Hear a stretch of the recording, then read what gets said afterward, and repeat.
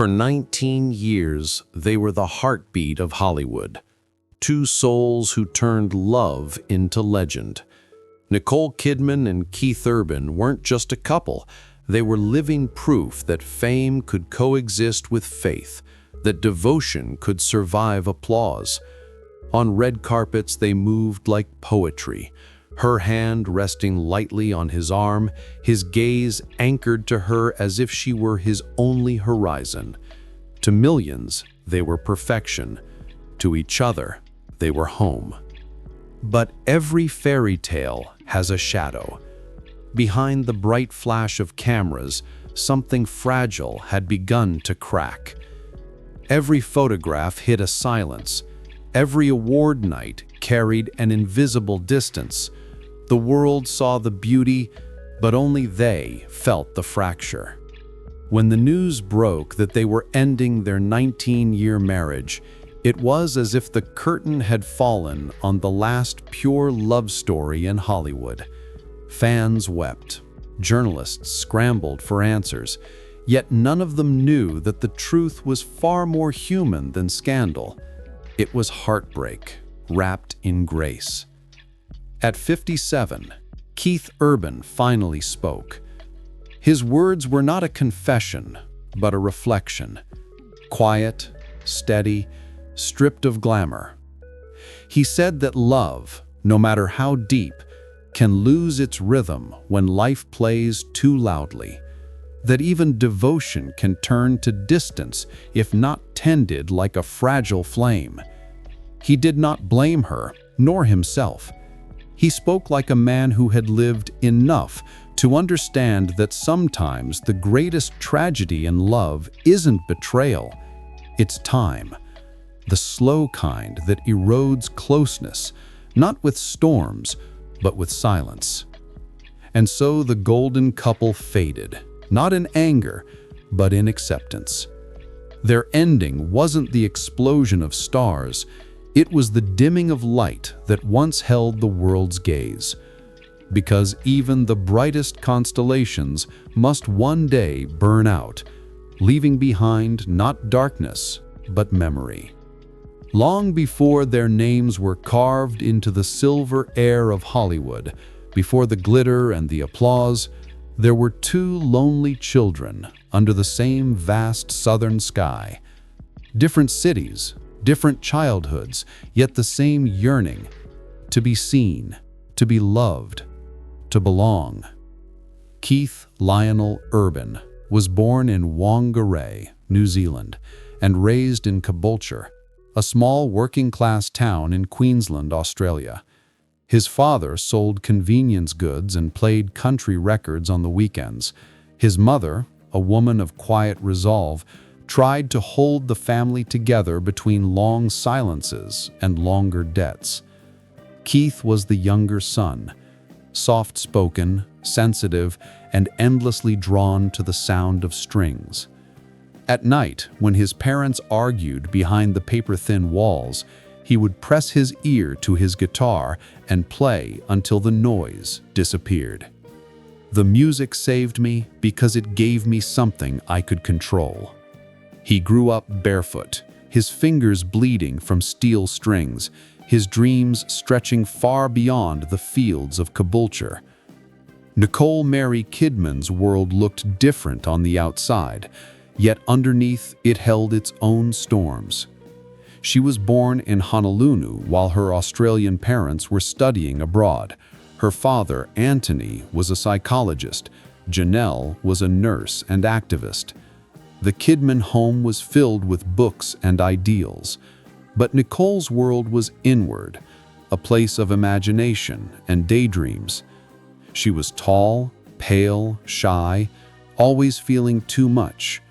Other children teased her for her height and porcelain skin. She retreated into plays, into the safety of characters who could say things she never dared. Acting wasn't vanity, it was survival. Each role gave her a voice, each stage a brief escape from the ache of being misunderstood. Both grew up chasing something they couldn't name.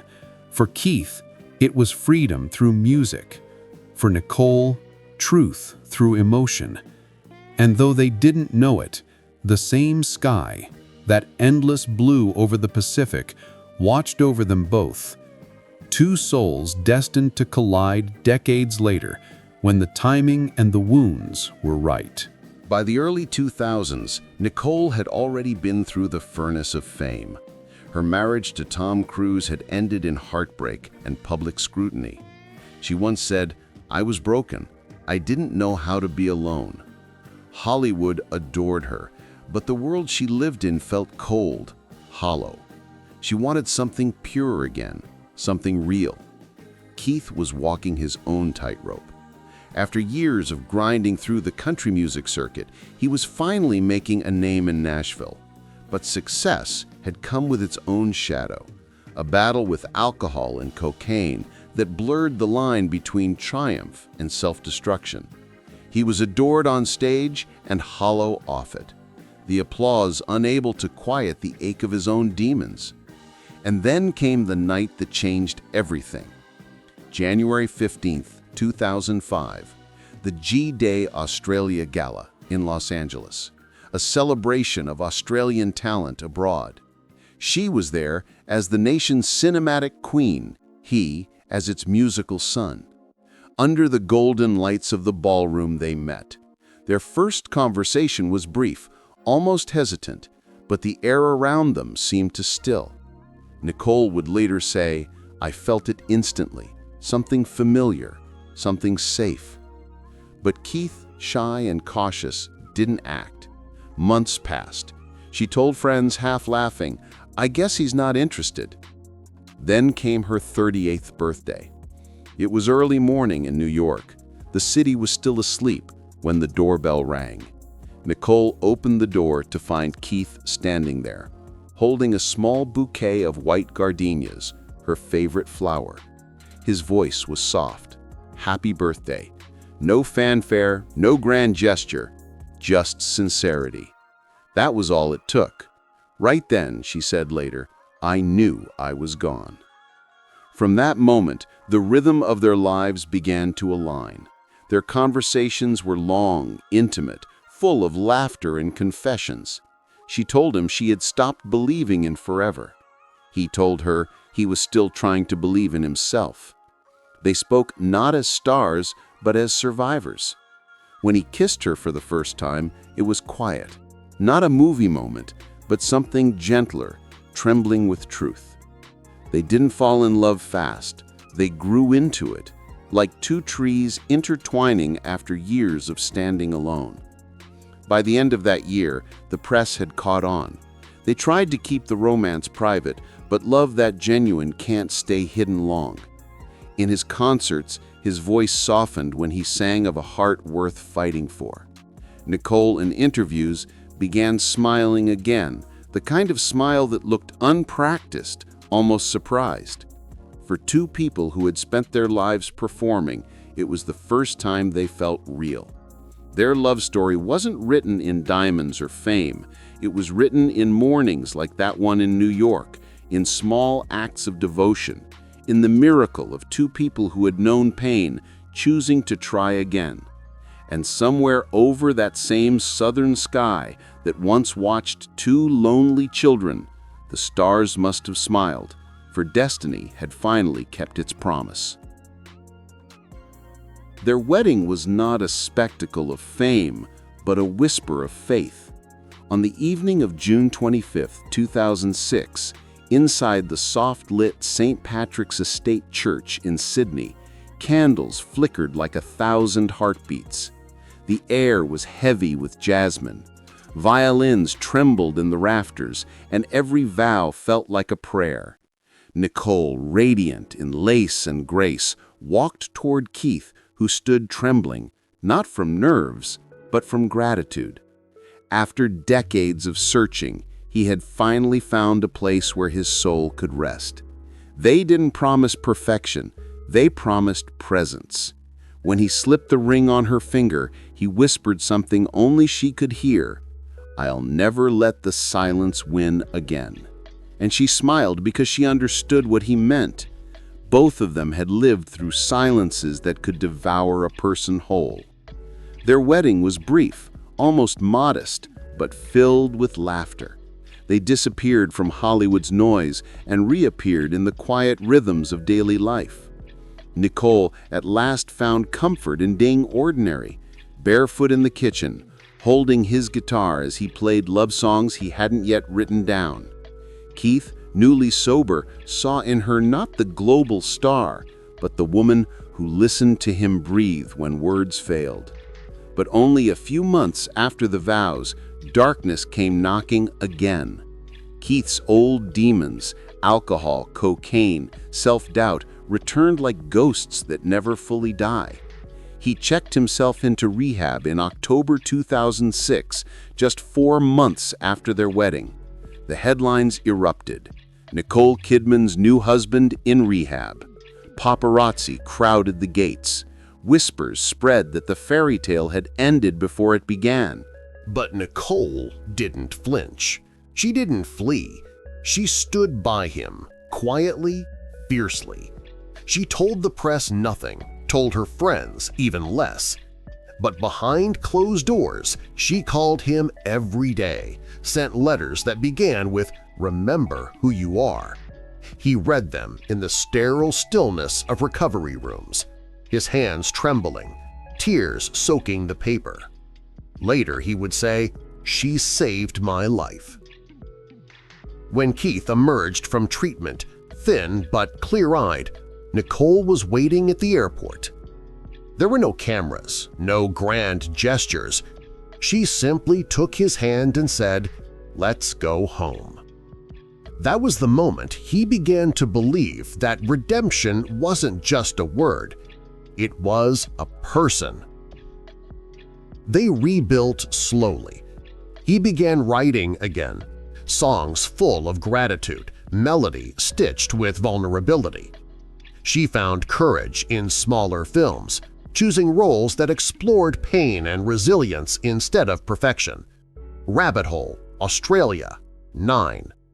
Each project seemed to echo her personal rebirth. In 2008, their first daughter, Sunday Rose, was born. Nicole was 41, radiant, trembling with the awe of late motherhood. She told a reporter, "I feel like I've been given a second childhood. Through her eyes, I see innocence again." Keith wrote Sweet Thing around the same time, a celebration of joy after darkness. Every chord, every lyric carried traces of her laughter and the tiny heartbeat of their newborn. 2 years later, in 2010, their second daughter, Faith Margaret, arrived via surrogate, a child Nicole called the greatest gift of trust. The name was symbolic, Faith for belief, and Margaret for her grandmother, who once told her that love's truest test was endurance. For a while, they lived in a rhythm that felt unshakable. Mornings began with sunlight spilling through their Nashville home. Keith would strum a guitar while their daughters danced in pajamas. Evenings ended with quiet, her script scattered on the couch, his unfinished lyrics by the lamp. They had made it through addiction, distance, and scrutiny. Love, it seemed, had triumphed. Nicole once said in an interview, "I married a man who doesn't run from storms. He faces them." Keith, for his part, told a concert crowd, "She's the reason I'm alive and sober. Every song I play is a thank you." And yet, in that triumph lay a quiet warning. Because when two souls rise together from the ashes, they sometimes forget the fire is still burning beneath. For most of the world, the next decade looked like a dream that refused to end. On red carpets, they glided side by side, two halves of a myth that had somehow become real. Reporters called them the Southern Royals of Hollywood. Magazines printed their photos like paintings, her hand resting gently on his chest, his arm curved protectively around her. The world saw devotion, glamour, and grace. But beneath the flashbulbs, they were learning that light can blind as easily as it can illuminate. Nicole's star burned brighter than ever. After Rabbit Hole came Stoker, Lion, Big Little Lies, and Being the Ricardos. With each role, she peeled back another layer of herself, exposing pain, resilience, and womanhood in its rawest form. Critics called her fearless, but that fearlessness came at a cost. Every film took her away to London, Morocco, Los Angeles. Each character demanded pieces of her heart, leaving less of it at home. Keith, meanwhile, reigned over his own kingdom. His songs climbed the charts, his guitar solos lit up stadiums from Nashville to New York to Melbourne. When he stepped onto a stage, the crowd roared, thousands of voices singing his words back to him. But for all the volume, the sound couldn't fill the growing quiet that waited when he stepped off stage. He poured himself into the music because he didn't know how to say what he felt. And in her silence, Nicole learned to bury her loneliness behind elegance. They lived like travelers passing each other between flights, reunions filled with kisses and promises, partings marked with unspoken worry. They had become experts in temporary joy. Their daughters, Sunday and Faith, grew up among airports and hotel rooms, their childhoods measured in boarding passes and bedtime FaceTimes. Still, they tried. They carved out sanctuaries of normalcy. Christmases in Sydney, summers on their farm in Tennessee, birthdays with handmade cakes and out-of-tune guitars. For a time, those small rituals felt like anchors, keeping them steady amid the whirlwind of fame. When they appeared together at award shows, the audience leaned in. She would whisper something, and he would laugh, his head tilting toward her like a sunflower toward light. The camera always caught it, that effortless tenderness. But tenderness can be rehearsed, and smiles can be learned. Behind the applause, cracks deepened. Keith began sleeping on tour buses more often than in their shared bed. Nicole spent nights alone on distant film sets, staring out hotel windows at city lights that seemed to mock the glittering promise of the life she once imagined. In interviews, she called him my deep, deep love. He called her my compass. But love stretched across continents began to thin like a string pulled too tight. There were small betrayals, not of bodies, but of time.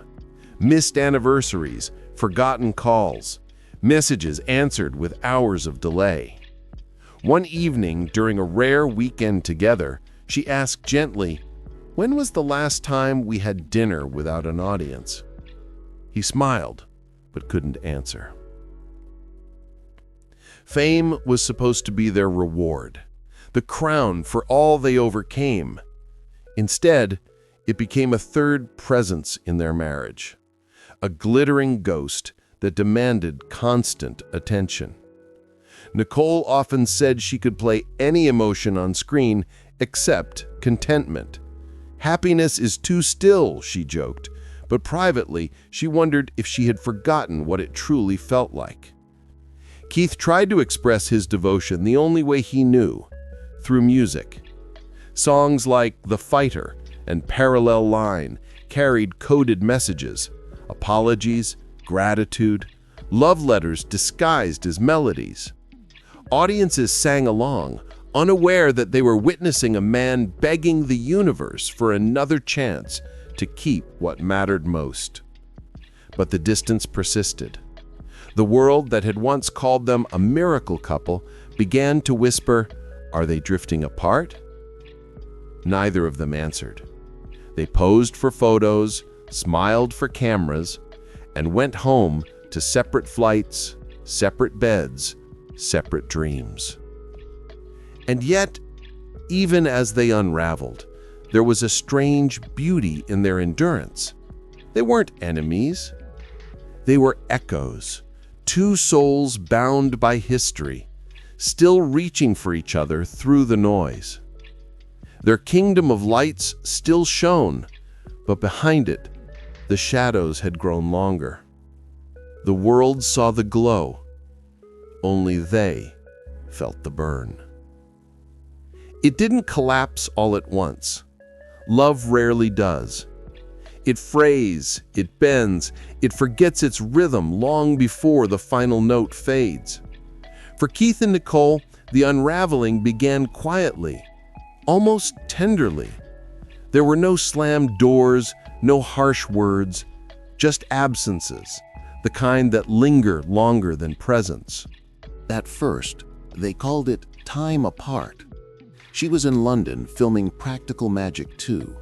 He was in Europe with his High and Alive world tour. They told friends that distance made the heart grow fonder. But distance also has a way of teaching hearts how to live without each other.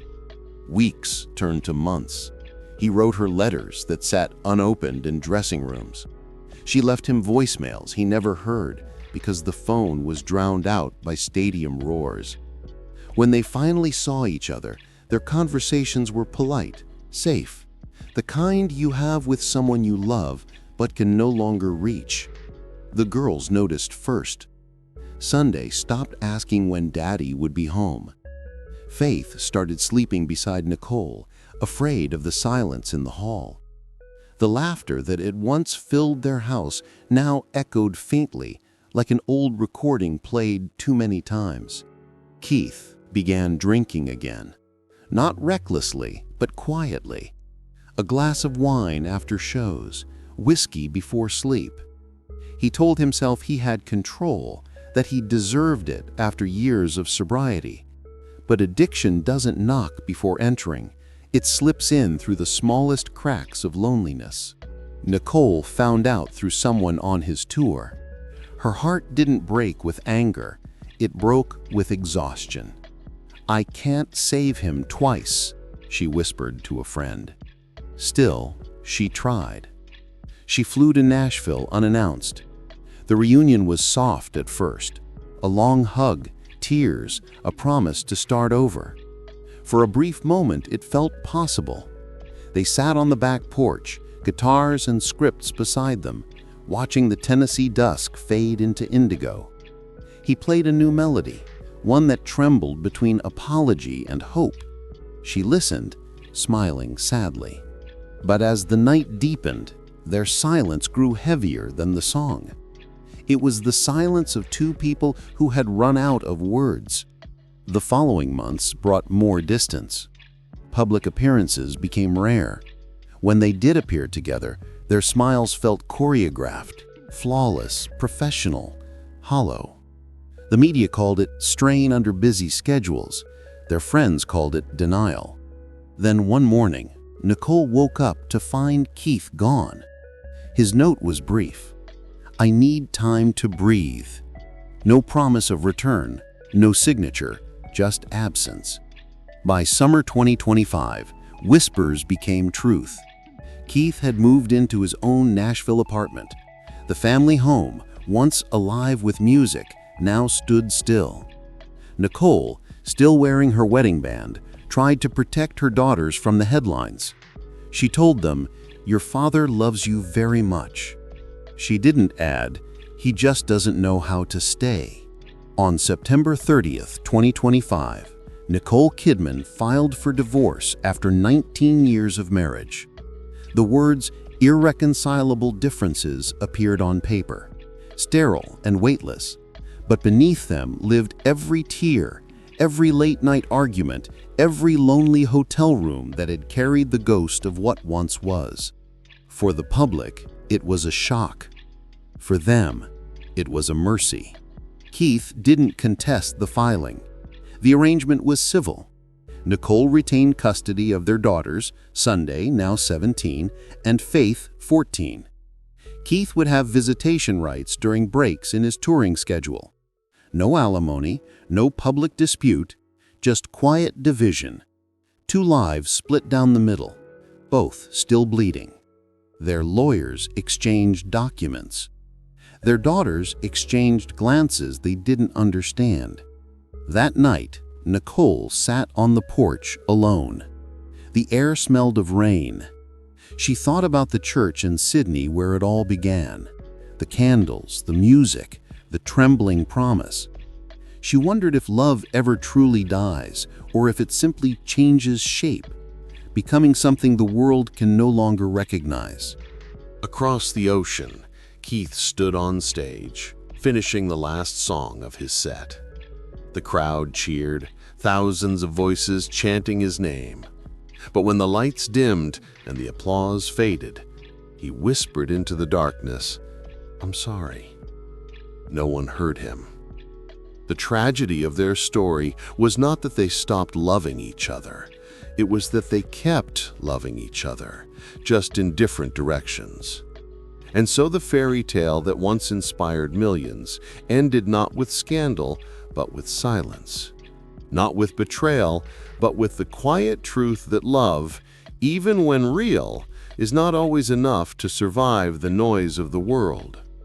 The last candle of their Sydney wedding, that soft, flickering symbol of forever, had finally gone out.